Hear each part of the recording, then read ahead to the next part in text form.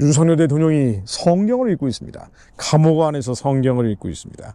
김진홍 목사님이 글에 나오는 얘기인데요. 1월 22일 이런 글을 쓰셨더라고요. 어제 윤석열 대통령의 비서관이 찾아와서 나에게 부탁했습니다. 대통령께서 옥중에서 성경 읽기를 원하시면서 김진홍 목사의 사인이 있는 성경을 넣어달라고 하셨다고 전했습니다. 그래서 비서관이 가져온 성경책에 이렇게 적었다고 합니다. 사인을 하고 성경 구절을 적었는데 10편 37편 23, 24절 여호와께서 사람의 걸음을 정하시고 그의 길을 기뻐하시나니 그는 넘어지나 아주 엎드러지지 아니하면 여호와께서 그의 손으로 붙드십니다.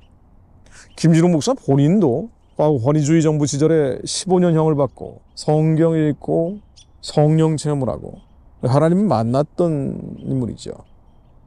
윤석열 대통령이 감옥 안에서 하나님을 만날 수 있기를 기도합니다.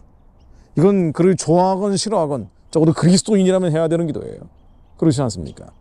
대통령 본인에게 그 한 영혼이 구원받는 것뿐 아니라 대한민국의 복이 될 수 있도록 열방의 빛이 되는 선교하는 제사장 나라의 사명 감당하는 그런 민족교회 될 수 있도록 대통령이 변화되기를 기도합니다. 윤석열 대통령은 하나님을 아는 사람일 거예요. 왜냐면 어린 시절에 목사가 되는 게 장래 희망이었다 그러잖아요. 매우 종교적인 인물입니다. 그런데 하나님을 마음속에 두기 꺼려하고 상실된 마음에 처해 있다 보니까 술 먹고 또 세상에 속해 살았던 거예요. 또 집권 이전에는 법사, 도사 이런 사람들이 주변에 있었던 게 사실이에요. 물론 집권 이후에 무속과 연결되어 있다든가 미신과 연결되어 있다든가 그래서 비상계엄을 하고 국정을 운영했다. 이건 완전 거짓 선동이에요. 권력을 잡고 나서 무속 미신과 연결된 사례는 단 하나도 확인된 게 없습니다.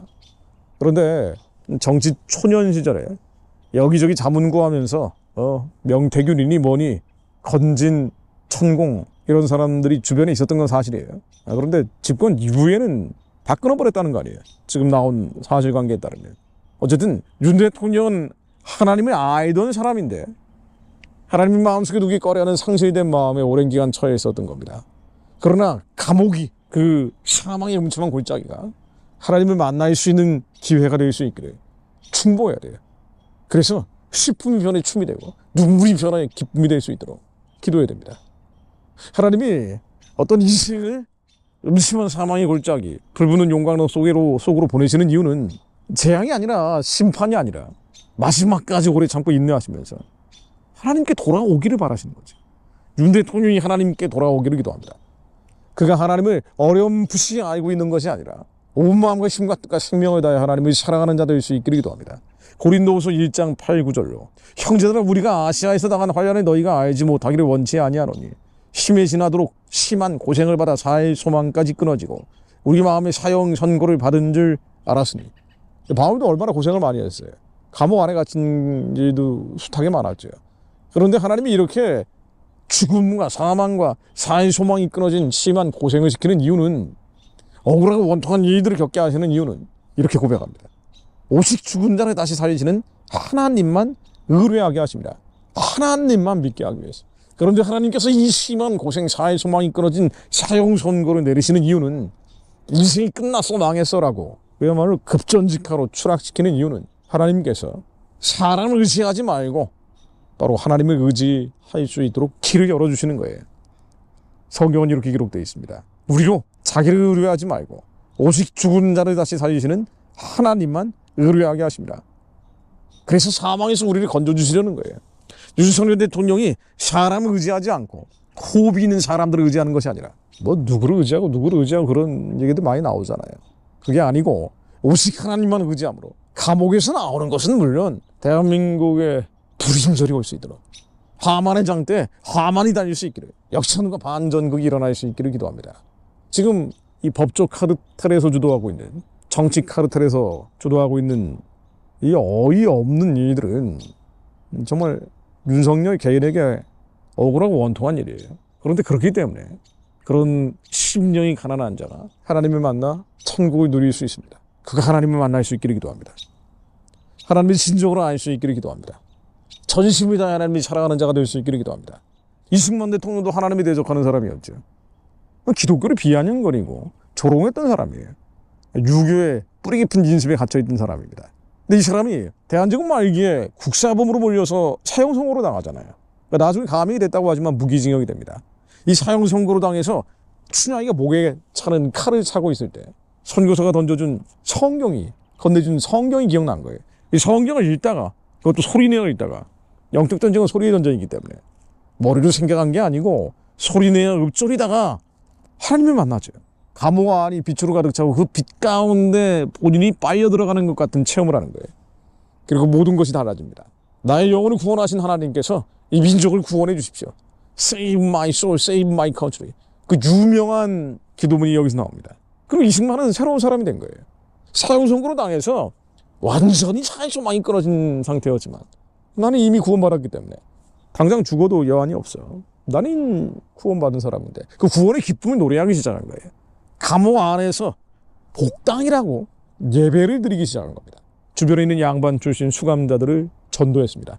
이게 대한민국 역사상 가장 첫 번째 양반 집단 전도 사건입니다. 그리고 수십 명의 성도들이 나왔어요.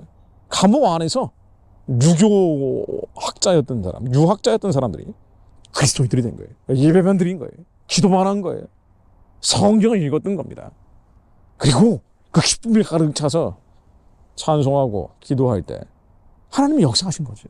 사형 선고로 당했던 이승만이 무기징역으로 감염되고 그리고 6년여 만에 풀려납니다. 나를 구원하신 주님께서 이 민족을 구원하실 것이다. 그래서 이승만은 절망하지 않았던 거예요.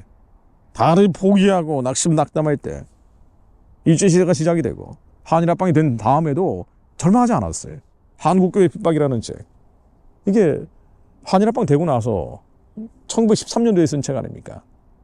다 끝났다, 다 망했다 라고 생각하고 있을 때 이승만은 아니야, 나를 구원하신 하나님께서 사형 선고로 당했던 나를 살려내주신 하나님께서 반드시 이 민족도 살리실 거야. 이 민족이 하나님만 온전히 섬기면 주님은 기적을 만드신다. 하나님은 재앙이 아니라 평안이요 장래의 소망을 주시는 분이기 때문에 온 마음과 힘과 뜻과 생명을 다해 주님을 찾자. 교회 일에만 전력을 다하면 주님은 역사하신다. 중국을 전도하고 일본을 전도하고 세계의 평화를 전하는 나라가 될 거예요.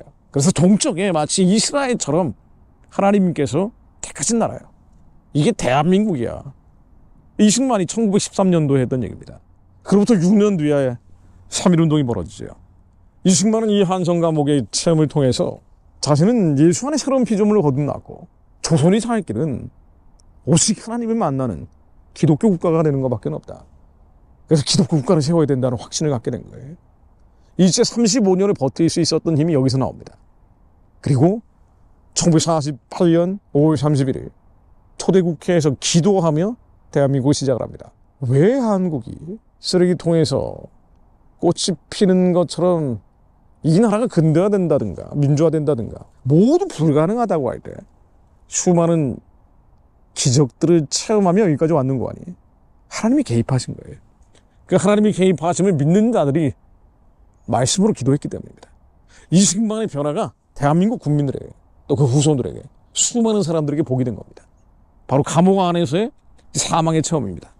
윤석열의 감옥 생활이 그의 죽음의 체험이 대한민국에 복이 되는 역전극이 일어날 수 있기를 기도합니다. 탄핵 심판이 기각되는 것은 물론 다시 대통령에 복권돼서 선교하는 제사장 나라의 그 놀라운 꿈을 이룰 대통령으로 복권할 수 있기를 기도합니다. 그렇기 위해서는 하나님을 만나야 합니다. 윤석열 대통령뿐 아니라 김건희 여사도 하나님을 만날 수 있기를 기도합니다. 그리고 한국의 목사님들 윤석열 탄핵해야 된다고 저렇게 말도 안 되는 거짓 선동에 미혹된 이들 무슨 무속 미신 따라가고 있다고 하면서 말이죠. 그런데 성경책을 읽고 있다는 얘기가 나오면은 덮어버려요. 무시해버립니다. 그래서 선택적 정보 채집, 편향된 이데올로기에서 벗어나서 하나님의 선하고 기쁘고 온전하신 뜻이 어디에 있는지 한 영혼이 구원받는 것이 천하보다 더 귀하다고 얘기하신 주님의 말씀을 믿는 자들 되게 하시오. 기도하게 하옵소서. 윤석열이 하나님을 만날 수 있기를 기도하는 대한민국 교회가 되게 하옵소서. 이 민족의 기도자들이 진심으로 윤석열 대통령을 위해 기도하게 하옵소서. 이제 때가 됐습니다. 이제 정말 때가 된 거예요. 제가 아는 분도 윤 대통령에게 기도문이나 또 여러 가지 감동받은 것들을 전달해 주신다고 합니다. 물론 감옥 들어가기 전이에요. 탄핵 과정에서 그 감동받은 글들 또 여러 가지 기도문들을 전달해주고 윤 대통령은 이걸 기쁘게 받았다고 감사의 메시지를 회신했다고 합니다. 그런 하나님을 아는 자예요. 그러나 믿는 것과 아는 것은 다르죠. 하나님이 있다는 것을 아는 것과 어마어마한 힘과 똑같이 생명에다 하나님이 살아가는 것은 다른 문제죠. 그가 생명에다 하나님이 살아가는 자, 오직 하나님만 믿는 자에게 하시어 모든 우상을 버리고 감정의 우상, 기분의 우상, 미움과 증오와 복수심의 우상을 다 내려놓고 하나님만 믿는 자에게 하시어 역사의 반전, 민중의 불임절을 앞당기는 대통령 되게 하옵소서. 그래서 위에 하나님 저희들이 충보하게 해주시니 감사드립니다. 주님께서 북한의 우상 숭배의지를 신실하게 무너뜨리실 것을 믿습니다. 그와 연결되어 있는 주사파원 세력을 남한에서 힘을 잃게 하시며 법이 아니라 사탄의 망령들요, 법을 도용하는 자들, 자기들이 파놓은 함정에 빠져 무너지게 하실 것을 믿습니다. 주님 말씀대로 역사해 주실 것을 믿게 해주시니 감사드립니다. 예수 그리스도 이름으로 기도드립니다. 아멘.